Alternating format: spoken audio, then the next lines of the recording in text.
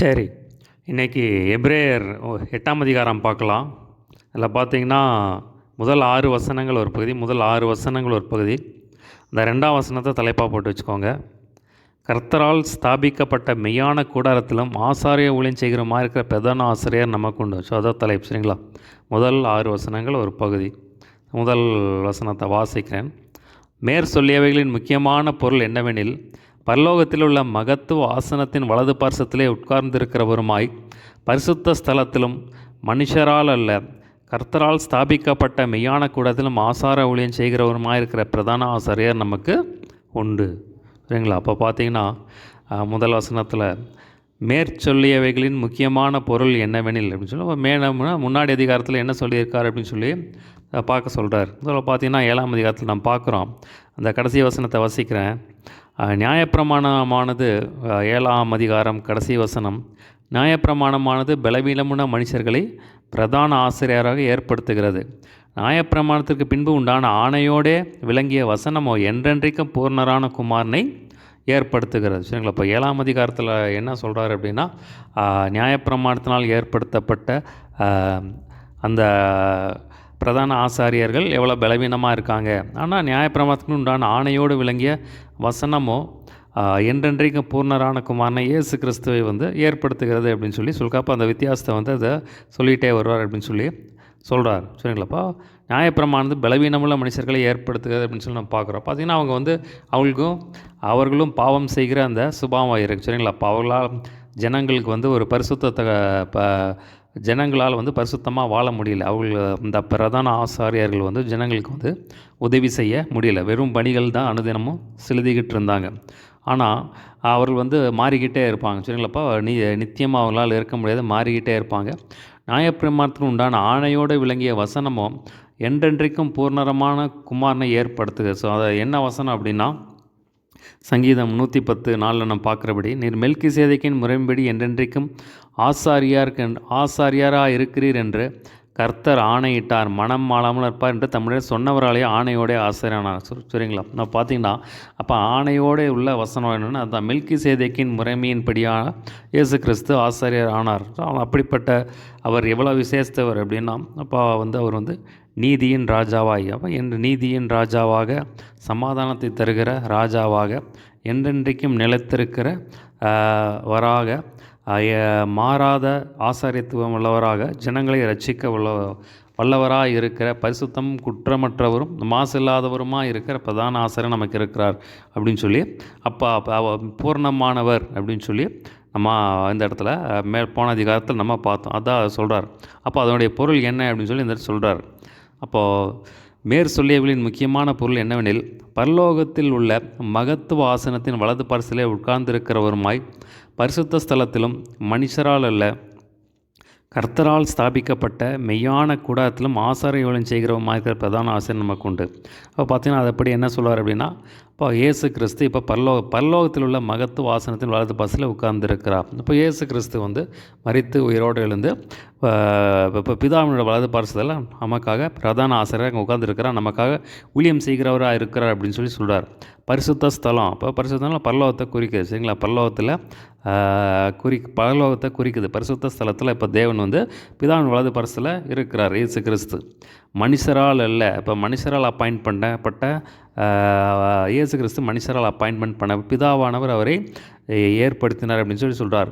கர்த்தரால் ஸ்தாபிக்கப்பட்ட மெய்யான கூடாரத்திலும் ஆசாரிய ஊழியம் செய்கிறவமாக இருக்கிற பிரதான ஆசிரியர் நமக்கு உண்டு. சரிங்களா? அப்போ பார்த்தீங்கன்னா கர்த்தரால் ஸ்தாபிக்கப்பட்ட மெய்யான கூடாரம்னா பரலோகத்தை குறிக்குது. பரலோகத்தில் ஆசாரிய ஊழியம் செய்கிறவமாக இருக்கிற பிரதான ஆசாரியர் நமக்கு உண்டு. அப்போ இயேசு கிறிஸ்து இப்பொழுது பரலோகத்தில் பிதாவின் வலது பார்சத்தில் இருந்து பிரதான ஆசாரியராய் இருந்து நமக்கு ஆசாரிய ஊழியம் நமக்கு செய்து கொண்டிருக்கிறார் அப்படின்னு சொல்லி நம்ம சொல்கிறார். சரிங்களா? அப்போ பார்த்தீங்கன்னா அவர் எப்படி நமக்கு உதவி செய்கிறார், ஊழியம் செய்கிறார்னா நம்ம வேதத்தில் பார்க்குறோம். எபிரேயர் 2:18 அவர் தாமே சோதிக்கப்படுக்கு உதவி செய்ய வல்லவராக இருக்கிறான்னு சொல்லி நம்ம பார்க்குறோம். இதே மாதிரி பார்த்தீங்கன்னா அந்த பிரதான ஆசிரியர் என்ன செய்கிறாரு, ரோமர் 8:34 நம்ம வாசிக்கிறோம். நமக்காக வேண்டுதல் செய்கிறார் அப்படின்னு சொல்லி நம்ம பார்க்குறோம். அதே மாதிரி பார்த்திங்கன்னா எபிரேயர் 4:15-14 வாசிக்கிறோம்.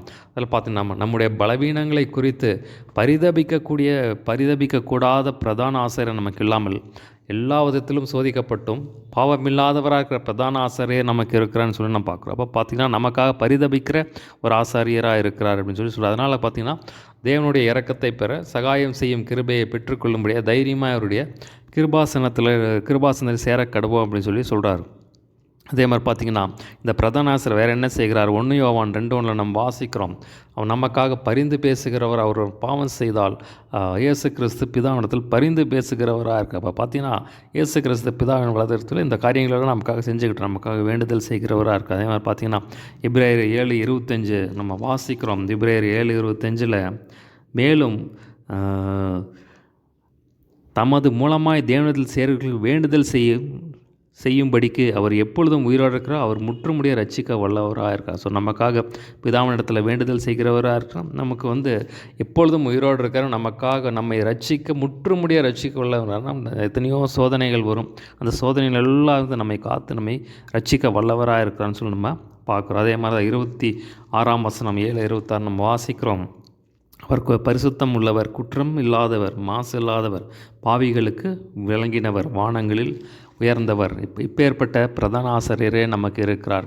பரிசுத்தம் உள்ளவர் நம்மை பரிசுத்தம் செய்கிறவராக இருக்கிறார். நம்மை குற்றமற்றவர்களாக மாற்றுவார், மாசு இல்லாதவர்களாக மாற்றுவார். பாவிகளுக்கு பாவத்திலிருந்து நம்மை விலக்கி நம்மை ரட்சிக்கிற தேவனாக இருக்கிறார், வல்லமையுடையவர் அப்படின்னு சொல்லி இப்பேற்பட்ட பிரதான ஆசிரியர் நமக்கு இருக்கிறார்னு சொல்லி நம்ம பார்க்குறோம். அதே யூதாவில் சொல்லும்போது சொல்கிறாரு, வலுவாதபடி உங்களை காக்கவும் மகிமையுள்ள சன்னிதானத்திலே மாசர நிறுத்த வல்லமை உள்ளவன்னு சொல்லி நம்ம பார்க்குறோம். 1 தெசலோனிக்கேயர் 5ஆம் அதிகாரத்தில் பார்க்குறோம். உங்கள் ஆவி ஆத்மா சரீரம் முழுவதும் குற்றமற்றதாக இருக்கும்படி காப்புறம் உங்களை அழைக்கிற உண்மையில் அப்படியே செய்வான்னு சொல்லி நம்ம பார்க்குறோம். ஸோ பார்த்திங்கன்னா இத்தனை காரியங்களை இயேசு கிறிஸ்து பிதாவுடைய வலது பரிசில் நமக்காக செஞ்சுக்கிட்டு இருக்கார். பிரதான ஆசாரியராக இருந்து பார்த்திங்கன்னா தேவனால் ஏற்படுத்தப்பட்ட பிரதான ஆசிரியராக இருந்து நமக்காக இத்தனை காரியங்களை செய்கிறார். பார்த்திங்கன்னா நமக்கு உதவி செய்கிறார், நமக்காக பரிந்து பேசுகிறார், நமக்காக பரிதபிக்கிறவராக இருக்கார், நமக்காக வேண்டுதல் செய்கிறார், நம்ம முற்றுமுடிய ரட்சிக்க வல்லவராக இருக்கார், வலுவாதபடி காக்கிறார், நம்ம பரிசுத்தம் செய்கிறான்னு அநேக காரியங்கள் நம்ம சொல்லிக்கொண்டே போகலாம். சரிங்களா? நமக்கு கடைசி வரைக்கும் நமக்கு உதவி தேவை. சரிங்களாப்பா? தேவனுடைய உதவி இல்லாமல் நமக்கு எதுவுமே செய்ய முடியாது. அப்போ இப்பேற்பட்ட பிரதான ஆசிரியர் நமக்கு இருக்கிறார் அப்படின்னு சொல்லி சொல்கிறார். 3ஆம் வசனம் பாருங்கள். ஒவ்வொரு பிரதான ஆசாரியனும் காணிக்கைகளையும் பலிகளையும் செலுத்தும்படி நியமிக்கப்படுகிறான். ஆதலால் செலுத்தும்படிக்கு ஏதோ ஒன்று இவருக்கும் அவசியமாக இருக்கிறது. ஸோ பார்த்திங்கன்னா பழைய காலத்தில் அந்த ஆசாரியர்கள் நிறையா அந்த நியாயப்பிரமாணத்தின்படி நிறைய பலிகளை செலுத்துவாங்க. பார்த்திங்கன்னா இப்போ இவர் பிரதான ஆசிரியர். இப்போ இவருக்கு என்னன்னா, இவர் பார்த்திங்கன்னா சிலுவையில் தன்னை ஒப்பு கொடுத்ததுனால ஒரே பலியில் எல்லாமே முடிச்சிட்டார் அப்படின்னு சொல்லி நம்ம பார்க்குறோம். இப்போ இயேசு கிறிஸ்து அதனால் சிலுவையில் போய் அந்த தம்முடைய ஒரே பலியினால் எல்லாவற்றையும் முடிச்சிட்டார் அப்படின்னு சொல்லி நம்ம பார்க்குறோம். பார்த்திங்கன்னா யோவான் 3:14 நம்ம வாசிக்கிறோம். தேவன் தம்முடைய ஒரே பேரான குமாரனை விசுவாசிக்கிற முனைவரும் ஒருவனும் கெட்டு போகாமல் அப்போ அவரை தந்தர்லேயே இயேசுவை தந்து இவ்வளவாய் அன்பு கூர்ந்தான்னு சொன்னோமா பார்க்குறோம். சரிங்களா? அப்போ பார்த்திங்கன்னா இயேசு கிறிஸ்துவை ஒப்பு கொடுத்தனால நம்ம பார்த்திங்கன்னா நம்ம நித்திய ஜீவனை பெறும்படிக்கு இவ்வளவாய் அன்பு கூர்ந்தான்னு சொன்னோமா பார்க்குறோம். அப்புறம் பார்த்திங்கன்னா எபிரேயர் 9:12 நம்ம வாசிக்கிறோம். எபிரேயர் 9:12 வெள்ளாட்டுக்கடா இளங்காலை இவர்களுடைய இரத்தத்தினாலே அல்ல, தம்முடைய சொந்த இரத்தத்தினாலும் ஒரே தரம் மகா பரிசுத்த ஸ்தலத்தில் பிரவேசித்து நித்திய மீட்பை நமக்கு உண்டு பண்ணினார். இயேசு கிறிஸ்து தம்மை பலி கொடுத்ததுனால நமக்கு ஒரு நித்திய மீட்பை உண்டு பண்ணினான்னு சொல்லி நம்ம பார்க்குறோம். அதே மாதிரி இன்னொரு வசனத்தை வாசிக்கிறேன். எபிரேயர் 9:28 கூட நம்ம வாசிக்கிறோம். எபிரேயர் 9:28 உங்களுக்காக வாசிக்கிறேன். கிறிஸ்துவும் அநேகருடைய பாவங்களை சுமந்து தீர்க்கும்படி ஒரே தரம் பலியிடப்பட்டு தமக்காக காத்து கொண்டிருக்கிற ரட்சிப்பை அருளும்படி 2ஆம் தரம் பாவம் இல்லாமல் தரிசனம் ஆமாம். ஸோ பார்த்திங்கன்னா அவர் என்ன செய்கிறார் அப்படின்னா, ஒரே தரம் பலியிடப்பட்டதுனால பார்த்திங்கன்னா நம்முடைய பாவங்கள் எல்லாம் சுமந்து தீர்த்தார்னு சொல்லணும். ஒரே பலியினால் நம்முடைய எல்லா பாவங்களையும் சுமந்து தீர்த்தார் அப்படின்னு சொல்லி நம்ம பார்க்குறோம். சரிங்களா? பார்த்திங்கன்னா நியாயப்பிரமாண கலாத்தியர் 3ஆம் அதிகாரத்தில் பார்க்குறோம். இப்போ கிறிஸ்து நமக்காக சாபமாகி நியாயப்பிரமாணத்தின் சாபத்திற்கு நம்மை நீங்களாக்கி கொண்டார்னு சொல்லி அப்போ அந்த ஒரே பலியினால் அதை செஞ்சு முடித்தான்னு சொல்லும்போது சிலுவையில் சொல்லும்போது சொல்கிறார், முடிந்தது, எல்லாம் முடிச்சிட்டேன், பிதாவான கொடுத்த எல்லாம் முடிச்சிட்டார், சிலுவையில் எல்லாவற்றையுமே நமக்கு முடிச்சிட்டார். சரிங்களா? நம்முடைய பலவீனங்களை சுமந்து கொண்டார், நம்முடைய வியாதிகளை சுமந்து கொண்டார், நம்முடைய நோய்களை சுமந்து கொண்டார், நம்முடைய துக்கங்களை சுமந்து கொண்டார், நம்முடைய பிரச்சனைகள்லாம் வந்து சிலுவையில் ஒரு முடிவுக்கு கொண்டு வந்துட்டார்னு நம்ம பார்க்குறோம். சரிங்களா? நம்ம பாவங்களை சுமந்து தீர்த்தார், நம்ம தரித்திரத்தை சுமந்து தீர்த்துட்டார், எல்லாவற்றுக்குமே ஒரு முற்றுப்புள்ளி வச்சார்னு சொல்லி நம்ம இந்த இடத்துல பார்க்குறோம். சரிங்களா?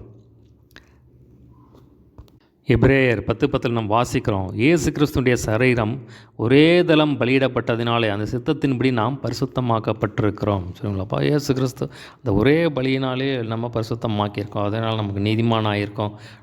எல்லாமே நமக்கு தேவையானது எல்லாமே அந்த சிலுவையில் வந்து எல்லாமே சம்பாதிச்சு வச்சு முடிச்சிட்டார். சரிங்களா? நமக்கு ரட்சிப்பை வந்து சம்பாதிச்சு வச்சுட்டோம்னா அநேக காரியங்கள் நம்ம சொல்லிக்கொண்டே போகலாம். 4ஆம் வசனத்தில் பாருங்கள், பூமியிலே இவர் இருப்பாரானால் ஆசாரியராக இருக்க மாட்டார், ஏனெனில் நியாயப்பிரமாணத்தின்படி காணிக்கைகளை செலுத்துகிற ஆசாரியர்கள் இருக்கிறார்களே. பார்த்திங்கன்னா பூமியில் வந்து இவர் வந்து ஏன்னா நிறையா பூமியில் ஏற்கனவே நிறைய ஆசாரியர்கள் இருக்காங்க, இவர் இருந்தால் இவர் பூமியில் ஆசாரியாக இருக்க மாட்டார். இப்போ இவர் இப்போ எங்கே இருக்கார் அப்படின்னா பரலோகத்தில் பிதாவின் வலது பரிசுல இருக்கார், ஆசாரிய ஊழியத்தை நமக்காக செய்து கொண்டிருக்கார் அப்படின்னு சொல்லி சொல்கிறார். இவர்கள் செய்யும் ஆராதனை பரலோகத்தில் உள்ளவைகளின் சாயலுக்கும் நிழலுக்கும் ஒத்திருக்கிறது. அப்படியே மோசே கூடாரத்தை உண்டு பண்ண போகையில் மலையிலே உனக்கு காண்பிக்கப்பட்ட மாதிரியின்படின்னு எல்லாவற்றையும் செய்ய எச்சரிக்கையா என்று தேவன் அவனுக்கு கட்டளையிட்டார். ஸோ இந்த வசனம் எங்கே இருக்குது அப்படின்னா 5ஆம் வசனம் பக்கத்தில், மலையிலே உனக்கு காண்பிக்கப்பட்ட மாதிரியின்படியே செய்ய எச்சரிக்கையாரு. இந்த வசனம் 5ஆம் வசனம் பக்கத்தில் யாத்ராகம் 25:40 போட்டு வச்சுக்கோங்க. 5ஆம் வசனம் பக்கத்தில் யாத்ராகம் 25:40. ஸோ அந்த வசனம் அங்கே தான் இருக்குது. சரிங்களா? பார்த்தீங்கன்னா இவர்கள் செய்யும் ஆராதனை பரலோகத்தில் உள்ளவைகளின் சாயலுக்கும் நெல்லுக்கும் ஒத்திருக்கிறது. அப்படியே மோசே கூடாரத்தை உண்டு பண்ண போகையில் மலையில் உனக்கு காண்பிக்கப்பட்ட மாதிரிப்படி எல்லாவற்றையும் செய்ய எச்சரிக்கையா என்று தேவனுக்கு. ஏன்னா இங்கே பார்த்தீங்கன்னா சொல்கிறார், நீங்கள் பூலோகத்தில் தேவன் கொடுத்த அந்த கட்டளை நீ வந்து இது இப்படி தான் இருக்கணும், பிராகாரம், பரிசுத்த ஸ்தலம், மகா பரிசுத்த ஸ்தலம் தான் அந்த ஒரு சிஸ்டம் வச்சுருக்காரு. சரிங்களா?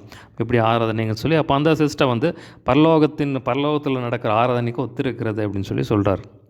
6ஆம் வசனம் பாருங்கள், இவரோ விசேஷித்த வாக்குத்தத்தங்களின் பேரில் ஸ்தாபிக்கப்பட்ட விசேஷித்த உடன்படிக்கைக்கு எப்படி மத்தியஸ்தராக இருக்கிறாரோ அப்படியே முக்கியமான ஆசாரிய ஊழியத்தையும் பெற்று இருக்கிறார். சரிங்களா? பார்த்திங்கன்னா அந்த வாக்குத்தத்தங்கள் என்ன சொல்ல, விசேஷ வாக்குத்தத்தங்கள் என்ன அந்த விஷயம் அப்படி அந்த காரியத்தை வந்து 8ஆம் வசனத்துலேருந்து 12ஆம் வசனம் வரைக்கும் இந்த இடத்துல சொல்கிறார். அந்த உடன்படிக்கை என்ன, அந்த புதிய உடன்படிக்கை என்ன அப்படின்னு சொல்லி அந்த இடத்துல விளக்குறார்.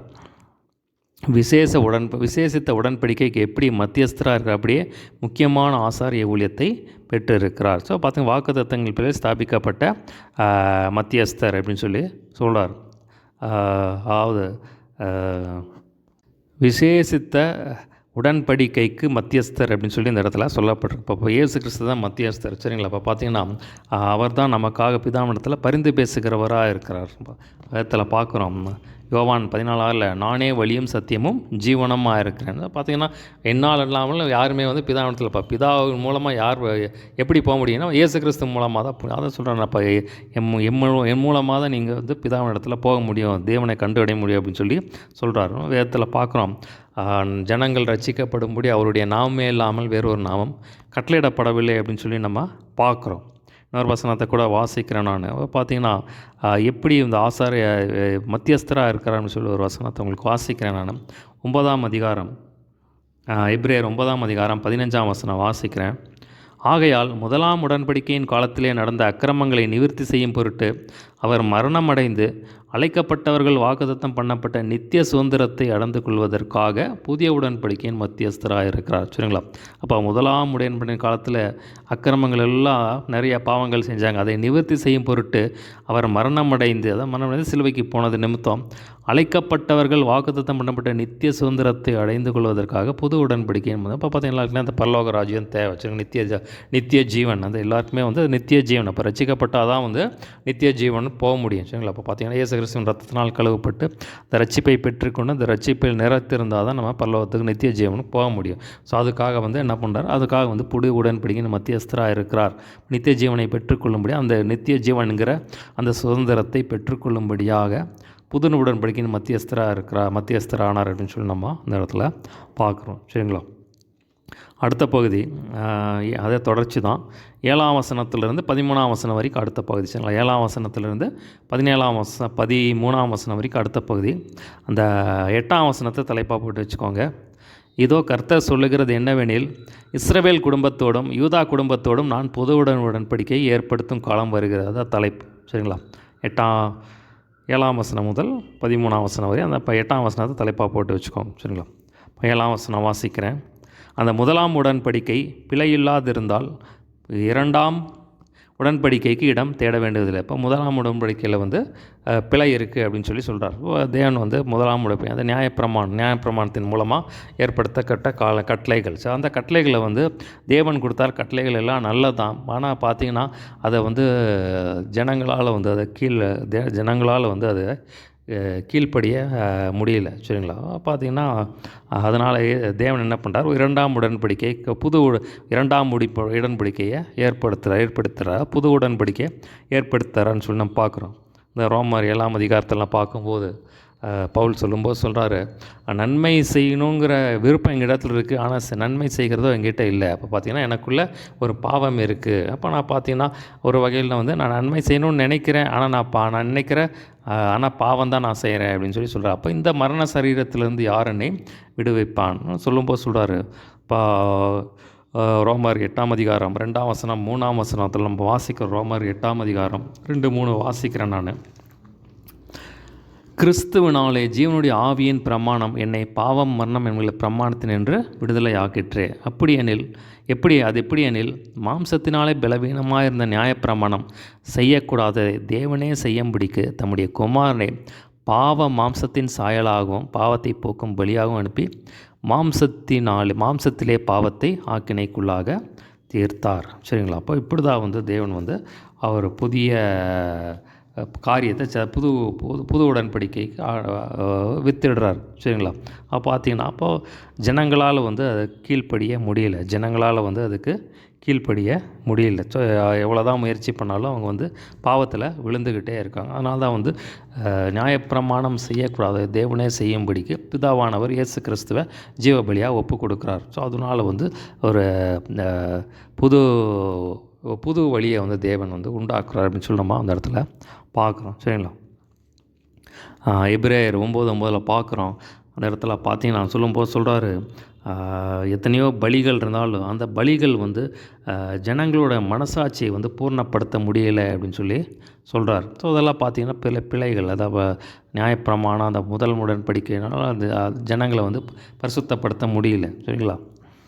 ஆனால் அதனால தான் 2ஆவது உடன்படிக்கைக்கு தேவன் 2ஆவது உடன்படிக்கை புது உடன்படிக்கையை தேவன் கொண்டு வந்தார் அப்படின்னு சொல்கிறார். 8ஆம் வசனம் பாருங்கள். அந்த 8ஆம் வசனத்திலிருந்து 12ஆம் வசனம் வரைக்கும் இது எங்கே இருக்குது அப்படின்னா எரேமியா 31 முதல் 34. சரிங்களா? இந்த 8ஆம் வசனத்திலிருந்து 12ஆம் வசனம் வரைக்கும் இது எப்படின்னா எரேமியா 31 முதல் 34. சரிங்களா? அந்த வசனத்தை போட்டு வச்சுக்கோங்க. 8 முதல் 12 வரை. 8ஆம் வசனத்திலிருந்து வாசிக்கிறேன். அவர்களை குற்றப்படுத்தி அவர்களை நோக்கி, இதோ கர்த்தர் சொல்லுகிறது என்னவெனில், இஸ்ரவேல் குடும்பத்தோடும் யூதா குடும்பத்தோடும் நான் புது உடன்படிக்கையை ஏற்படுத்தும் காலம் வருகிறது. ஸோ பார்த்திங்கன்னா நான் ஏன்னா ஜனங்களால் அது கீழ்ப்படிய முடியல. அதனால் புது உடன்படிக்கை ஏற்படுத்துகிறேன், அந்த காலம் வருகிறதுன்னு சொல்கிறார். அவளுடைய பிதாக்களை எகிப்து தேசத்திலிருந்து கொண்டு வரும்படிக்கு நான் அவளுடைய கையை பிடித்த நாளிலே அவளோட பண்ணின உடன்படிக்கையைப் போல இது இருப்பதில்லை. அந்த உடன்படிக்கையிலே அவர்களை நிலைநிற்கவில்லையே, நானும் அவர்களை புறக்கணித்தேன் என்று கர்த்தர் சொல்லுகிறார். ஸோ பார்த்திங்கன்னா எகிப்திலேருந்து அவங்களை கொண்டு வந்து நான் உடன்படிக்கை கொடுத்தேன், கட்டளைகள் எல்லாம் கொடுத்தேன். பார்த்திங்கன்னா அந்த உடன்படிக்கைக்கு அவங்கள கீழ்ப்படியில்லை. அதனால் நான் அவங்கள புறக்கணித்தேன் அப்படின்னு சொல்கிறார். 10ஆம் வசனம் பாருங்கள். அந்த நாட்களுக்கு பின்பு நான் இஸ்ரவேல் குடும்பத்தோடே பண்ணும் உடன்படிக்கை ஆகுது. ஸோ பார்த்திங்கன்னா அந்த நாட்களுக்கு பின்பு அப்படின்னா மேசியாவின் காலத்தில், கிறிஸ்துவின் காலத்தில், சரிங்களா, இயேசு கிறிஸ்துவின் காலத்தில் இந்த உடன்படிக்கை நிறைவேறும் அப்படின்னு சொல்கிறார்.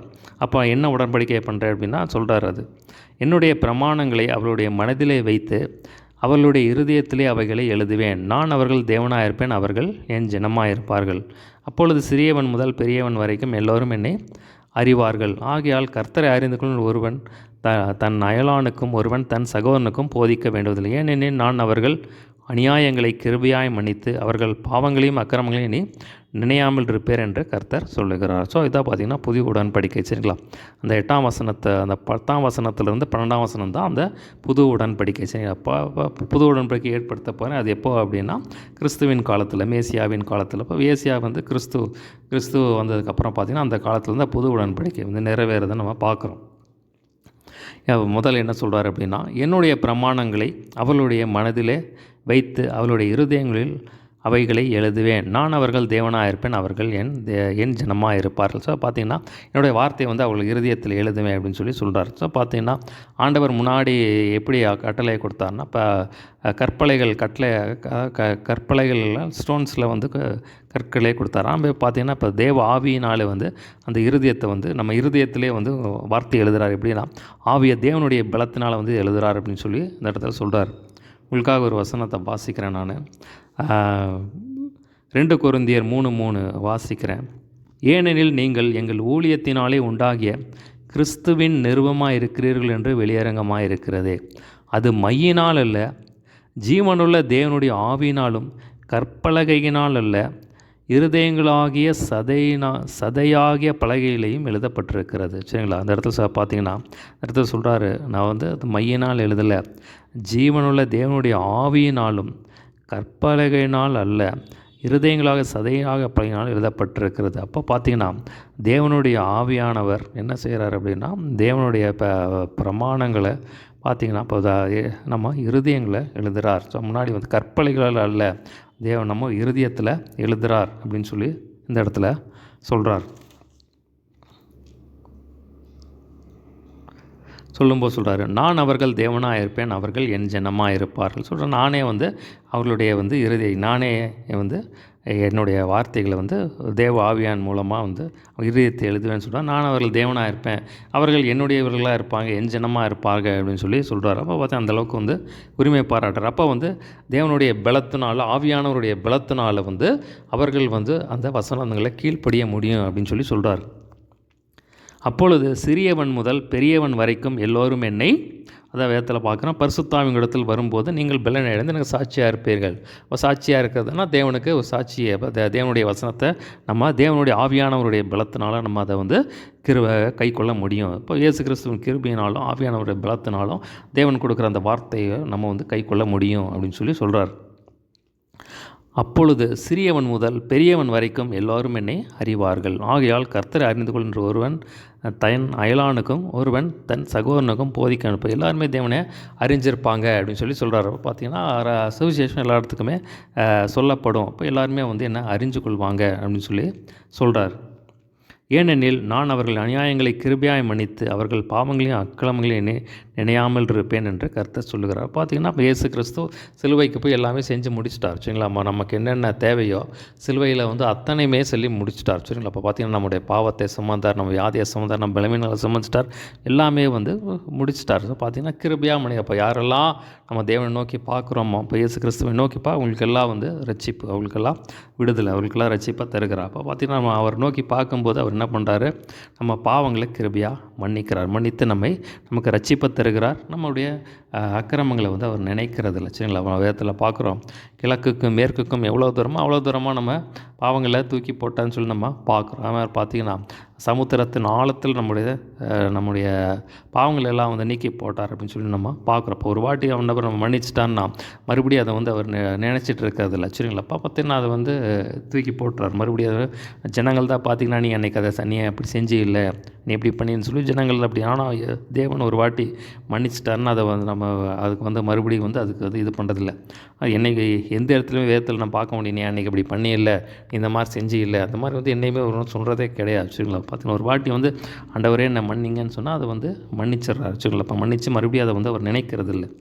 பார்த்தீங்களா? நான் வேதத்தில் பார்க்குறோம், எபேசியர் 2:8 இது உங்களால் உண்டானதில்லை, இது தேவனுடைய ஈவு அப்படின்னு சொல்லி பார்க்குறோம். அப்போ தேவன் கிருபையாக நம்மளை ரட்சிக்கிறார் அப்படின்னு சொல்லி நம்ம பார்க்கலாம். நம்ம கிருபையாக நம்ம ரட்சித்து நம்ம கிருபையாக நம்ம பாவங்களை எல்லாம் மன்னித்து நம்ம தம்முடைய பிள்ளைகளாக ஏற்றுக்கொள்கிறார் அப்படின்னு சொல்லி நம்ம அந்த இடத்துல பார்க்குறோம். சரிங்களா?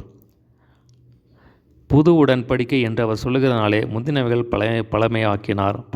பழமையானதும் நாள்பட்டதுமாக இருக்கிறது உருவழிந்து போக காலம் சமயமாக இருக்குது. அப்போ புது உடன்படிக்கை வந்ததுனால பழைய உடன்படிக்கையை தள்ளி போட்டார் அப்படின்னு சொல்லி நம்ம அந்த இடத்துல சொல்கிறார். சரிங்களா? இப்போ இதில் என்ன பார்த்தோம் அப்படின்னா, கர்த்தரால் ஸ்தாபிக்கப்பட்ட இப்போ இயேசு கிறிஸ்து இப்போ வந்து கிறிஸ்து பிதாவினுடைய வலது பரசில் உட்கார்ந்துருக்கிறார், பிரதான ஆசாரிய ஊழியம் செஞ்சுட்டு கொண்டிருக்கிறார்னு சொல்லி நம்ம பார்க்கும். அப்புறம் என்னென்ன செஞ்சார்னு சொல்லி நம்ம பார்த்தோம். நமக்காக வந்து பிதாவினிடத்தில் பரிந்து பேசுகிறார், நமக்கு வந்து நமக்காக பரிதபிக்கிறார், நமக்கு உதவி செய்ய உள்ளவர், நமக்காக வேண்டுதல் செய்கிறார், நம்மை பரிசுத்தப்படுத்துகிறவருக்காக அந்த முயற்சியில் இருக்கிறார், நம்மை வந்து வணைந்து கொண்டிருக்கிறார், நம்மை வந்து ஆவி ஆத்மா முற்றிலும் குற்றமற்றதான காப்பேன்னு சொல்லி வலுவாதபடி காப்பேன்னு சொல்லிட்டு நான் உதவி செய்கிறேன் அப்படின்னு சொல்லியிருக்கேன். அப்போ அந்த வேலையை தான் நமக்கு இன்றைக்கி வரைக்கும் செஞ்சிட்ருக்கா. ஆச்சுங்களா? நம்ம வந்து உருவாக்குறதில் அவன் இன்றைக்கும் மும்மரமாக நம்மோட இடைப்பட்டு நம்ம கூட செயல்பட்டுருக்கிறான்னு சொல்லி நம்ம பார்த்தோம். சரிங்களா? அடுத்து பார்த்தீங்கன்னா, அடுத்தது என்ன பார்த்தோம்னா, முதலாம் உடன்படிக்கையில் வந்து பிழை இருக்குது. அதில் வந்து அது வந்து ஜனங்களை வந்து பூர்ணப்படுத்தலை. அதனால் வந்து தேவன் வந்து இரண்டாம் உடன்படிக்கையை நிலை நிறுத்துகிறார் அப்படின்னு சொல்லி நம்ம பார்க்குறோம். முதலாம் உடன்படிக்கையில் வந்து ஜனங்கள் வந்து அதில் வந்து எகிப்திலிருந்து கொண்டு வந்தார். இப்போ நிறைய உடன்படிக்கை அந்த முதலாம் உடன்படிக்கையை ஏற்படுத்தினார். ஆனால் அதில் வந்து ஜனங்களால் வந்து கீழ்ப்படிய முடியல. ஸோ அதனால் வந்து புதிய உடன்படிக்கையை தர்றாரு அப்படின்னு சொல்லி புது உடன்படிக்கையில் பிரமாணங்களை கொடுக்குறாரு. அப்போ தேவனுடைய ஆவியினாலேயே அந்த பிரமாணங்களை நமக்குள்ளே எழுதுறாரு அப்படின்னு சொல்லி சொல்கிறாரு. பார்த்தீங்கன்னா எல்லாரும் நான் அவர்கள் தேவனாக இருப்பேன், அவர் வந்து என்னுடைய பிள்ளைகளாக இருப்பாங்க அப்படின்னு சொல்லி சொல்கிறாரு. என்னுடைய ஜனமாக இருப்பாங்க, என் பிள்ளைகளாக இருப்பாங்கன்னு சொல்லி சொல்கிறார். எல்லாரும் அவரை அறிந்து கொள்வார்கள் அப்படின்னு சொல்லி சொல்கிறார். கிருபையாக நான் வந்து அவங்களை ரட்சித்து அவங்களுக்கு பாவங்களை எல்லாம் மன்னித்து அவங்களை அக்கிரமம் நினையாதிருப்பேன் அப்படின்னு சொல்லி அந்த அப்படியே கிருபை பாராட்டுறாரு அப்படின்னு சொல்லி சொல்கிறார். அப்போ புது உடன்படிக்கை வந்ததுனால பழசு வந்து நமக்கு தேவையில்லை அப்படின்னு சொல்லி சொல்கிறார். சரிங்களா? இதான் நம்ம பார்த்தோம். ஒரு சின்ன ஜெபமணி முடிச்சிடலாம். ஏசப்பா, நீர் எங்களோடு பேசின வார்த்தைக்காய் நன்றி. ஏசப்பா, நீர் எங்கள் பிதாவிடத்தில் இன்றும் வலது பரிசில் வீட்டிலிருந்து எங்களுக்காக பரிந்து பேசி கொண்டிருக்கிறீர், எங்களுக்காக வேண்டுதல் செய்கிறீர், எங்களை பரிசுத்தப்படுத்தும் நோக்கத்தில் நீங்கள் செயல்பட்டு கொண்டிருக்கிற ஊழியம் செய்து கொண்டு உமக்கு நன்றி செலுத்துகிறோம் ஆண்டவரே. நீர் ஏற்படுத்தி தந்த புதிய உடன்படிக்கைக்காக உமக்கு நன்றி செலுத்துகிறோம் ஆண்டவரே.